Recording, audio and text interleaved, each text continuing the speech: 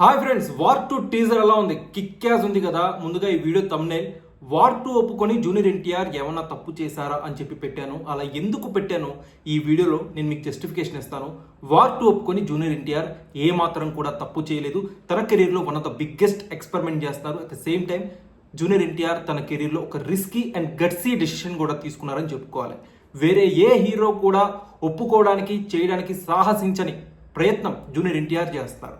మనందరికీ తెలుసు Hrithik Roshan screen presence ఏంటి, హృతిక్ రోషన్ యొక్క డాన్స్ స్టామినా ఏంటి, తన యాక్టింగ్ క్యాపబిలిటీ ఏంటి అని చెప్పి ప్రతి ఒక్కరికి తెలుసు, ప్రతి ఒక్క హీరోకి తెలుసు, ఫ్యాన్స్కి తెలుసు. అది తెలిసినా కానీ హృతిక్ రోషన్తో ఫేస్ ఆఫ్కి జూనియర్ ఎన్టీఆర్ ఎలా ఒప్పుకున్నారు అని చెప్పి చాలా మందిలో ఒక డౌట్ అయితే ఉంది.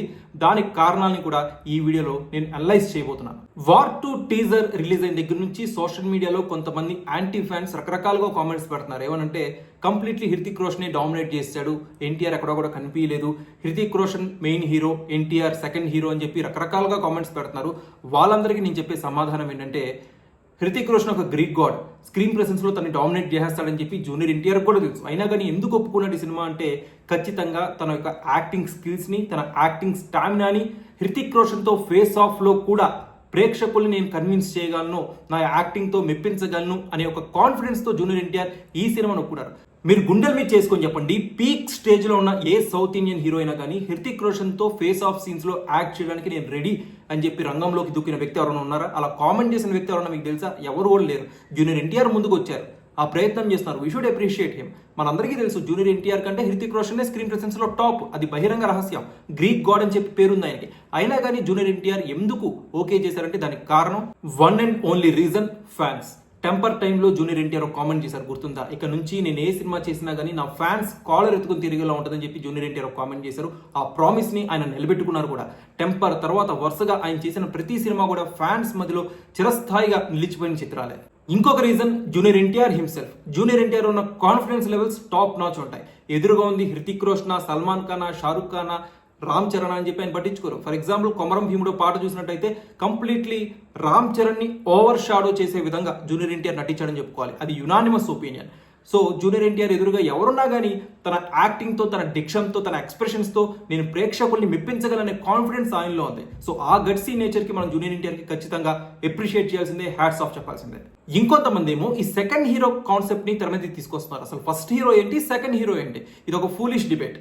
సినిమా ఏంటి, ఆ సినిమాలో తన పాత్ర ఏంటి, ఆ పాత్ర తాలూకు ప్రాముఖ్యత ఏంటి, ప్రేక్షకులకి ఎమోషనల్ కనెక్ట్ అయిందా లేదా, ఇది కదా మాట్లాడుకోవాల్సిన విషయం. RRR సినిమాలో జూనియర్ ఎన్టీఆర్ పాత్ర కానీ లేకపోతే ఆ సినిమాకి నిజంగా అంత పేరు ప్రఖ్యాతలు వచ్చేవా? కొమరం భీముడు పాటలో జూనియర్ ఎన్టీఆర్ ఆ స్థాయిలో అభినయించకపోతే సినిమాకి అంత పేరు ప్రఖ్యాతలు వచ్చేవా? మీరు గమనించారా? కావాలని చెప్పి జూనియర్ ఎన్టీఆర్ మీద సెలెక్టివ్లీ నెగిటివ్ ప్రాపగండా షేర్ చేస్తున్నారు. జూనియర్ ఎన్టీఆర్ మళ్ళీ సెకండ్ హీరోగా చేస్తున్నాడు, జూనియర్ ఎన్టీఆర్ హృతిక్ రోషన్ ముందు తేలిపోయాడని చెప్పి ఒక నెగిటివ్ ప్రాపగండా జూనియర్ ఎన్టీఆర్ చుట్టూ కూడా అల్లే ప్రయత్నం చేస్తున్నారు. 18 ఏళ్ల వయసులో జూనియర్ ఎన్టీఆర్ నెలకొల్పిన రికార్డ్స్ గురించి, ఇండస్ట్రీ హిట్స్ గురించి మనకు తెలియదా? జూనియర్ ఎన్టీఆర్ తనకి తాను సొంతంగా ఏర్పరచుకున్న కల్ట్ మాస్ ఫ్యాన్ బేస్ గురించి మనకు తెలియదా? అన్నీ తెలిసి కూడా మనవాడిని మనమే కిందకి లాడడం ఎంతవరకు కరెక్ట్? ఫైనల్లీ కంక్లూడ్ చేసే ముందు ఎన్టీఆర్, సీనియర్ ఎన్టీఆర్ పెద్ద ఆయన ఏఎన్ఆర్ గారి కాంబినేషన్ లో 14 మల్టీ స్టారర్ మూవీస్ వచ్చాయి. అందులో మిస్సమ్మ, గుండెమ్మ కథ ఇలాంటి కల్ట్ క్లాసిక్స్ కూడా ఉన్నాయి. అప్పుడు ఎవరన్నా చర్చించుకున్నారా ఫస్ట్ హీరో సెకండ్ హీరో అని? మనకు గుర్తుందేంటి? ఆ సినిమాలు, ఆ సినిమాలోని పాత్రలు. దాని తర్వాత నెక్స్ట్ జనరేషన్ చూసుకుంటే శోభన్ బాబు, కృష్ణ గారి కాంబినేషన్ లో 6 మల్టీ స్టారర్ మూవీస్ వచ్చాయి. ముందడుగు, కృష్ణార్జునులు, మండే గుండెలు ఇలాంటి మంచి మంచి సినిమాలు చేశారు శోభన్ బాబు, కృష్ణ గారు. అప్పుడేమన్నా ఇలా డిబేట్ జరిగిందా? ఫస్ట్ హీరో ఎవరు, సెకండ్ హీరో ఎవరు, ఎవరికి ఎక్కువ స్క్రీన్ టైం ఉందని చెప్పి అప్పుడేమన్నా ఇలా చర్చించుకున్నారా? మనకు గుర్తుందేంటి? ఆ సినిమా, ఆ సినిమాలోని పాత్రలు. ఇక ఆ తర్వాత నెక్స్ట్ జనరేషన్ చూసుకుంటే నాగార్జున గారు ఎన్ని మల్టీ స్టార్ మూవీస్ చేశారండి. నాగార్జున గారు ఎన్ని ఎక్స్పెరిమెంట్స్ చేశారు. సీతారామరాజు, వారసుడు, నిన్నే ప్రేమిస్తా, దేవదాస్, ఊపిరి. ఇప్పుడు రీసెంట్ గా చూసుకుంటే August 14న వార్ 2తో పాటు రిలీజ్ కాబోతుంది రజనీకాంత్ గారి కూలీ. ఆ సినిమాలో కూడా నాగార్జున గారు మల్టీ స్టార్ మూవీస్ చేస్తున్నారు. సో నాగార్జున గారు ఎప్పుడైనా ఫస్ట్ హీరోనా, సెకండ్ హీరో అని చెప్పి ఆలోచించారా? పాత్ర, ఆ సినిమాలో తన పాత్ర గురించి అని ఆలోచించారు. అందుకే ఇంత మంచి పాత్రలు పడ్డానికి సీతారామరాజులో కావచ్చు, ఊపిరిలో కావచ్చు, నిన్నే ప్రేమిస్తా, ఇవన్నీ కూడా నాగార్జున గారు చేసిన మంచి సినిమాలు. ఇక ఒకనొక టైంలో మల్టీ స్టార్ మూవీస్ చచ్చిపోతున్నారా బాబు అనుకున్న టైంలో మహేష్ బాబు, వెంకటేష్ గారి కాంబినేషన్ లో సీతమ్మ వాకిట్లో సినిమా చెట్టు. అప్పుడేమైనా డిబేట్ వచ్చిందా? ఫస్ట్ హీరో ఏంటి, సెకండ్ హీరో ఏంటి, ఎవరికి ఎక్కువ స్క్రీన్ టైం ఉందని? అప్పుడు కూడా ఎవరు డిబేట్ చేసుకోవాలి. ఇక ఆ తర్వాత గోపాల మూవీ, పవన్ కళ్యాణ్ గారికి ఎంత స్క్రీన్ టైం ఉంది, వెంకటేష్ గారికి ఎంత స్క్రీన్ టైం ఉంది, ఎవరైనా చర్చించుకున్నారా? లేదు కదా. ఇక కాలీవుడ్ లో చూసుకుంటే ఒక కల్ట్ క్లాసిక్ మణిరత్నం గారు తీశారు దళపతి.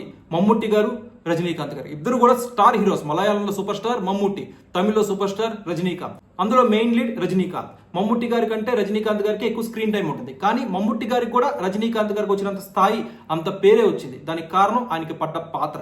సో ఇక్కడ అందరూ కూడా ఫైనల్లీ గుర్తుంచుకోవాల్సిన విషయం ఏంటంటే వాళ్ళకి ఏ పాత్ర పడింది, ఆ పాత్ర ద్వారా ప్రేక్షకులకి వాళ్ళు ఎంత కనెక్ట్ అయ్యారనేదే ముఖ్యం. సో జూనియర్ ఎన్టీఆర్ గారు వార్ 2లో హృతిక్ రోషన్తో ఆయనకి ఈక్వల్ గా స్క్రీన్ టైం ఉంటుందా లేదా అని పక్కన పెడితే ఖచ్చితంగా జూనియర్ ఎన్టీఆర్ గారు తనకొచ్చిన స్క్రీన్ టైం ద్వారా ప్రేక్షకులతో ఖచ్చితంగా కనెక్ట్ అవుతారు, ప్రేక్షకుల్ని రంజింపజేస్తారనే కాన్ఫిడెన్స్ ఆయనలో ఉంది, ఫ్యాన్స్ లో ఉంది, మనందరిలో కూడా ఉండాలి. సో దయచేసి ఎవరైతే యాంటీ ఫ్యాన్స్ ఉన్నారో, నార్త్ నెటిజన్స్, వాళ్ళందరి ముందు కూడా మన హీరోని మనం కిందకి లాగుతామా? లాగం కదా. సో మన హీరోని మనం ఖచ్చితంగా సపోర్ట్ చేయాలి. వాళ్ళు వాళ్ళ హీరోని ఎలా సెలబ్రేట్ చేస్తున్నారు, హృతిక్ రోషన్ ఎలా సెలబ్రేట్ చేస్తారు, మనం మన హీరోని సెలబ్రేట్ చేసుకోవాలి. సో ఇదండి ఫైనల్లీ నా ఒపీనియన్. నా అభిప్రాయంతో ఎవరైనా హర్ట్ అయి ఉంటే ఐఎమ్ వెరీ సారీ. నా అభిప్రాయంతో కనుక మీరు ఏకీభవిస్తే కామెంట్ సెక్షన్లో పంచుకోండి. And please like, share and subscribe.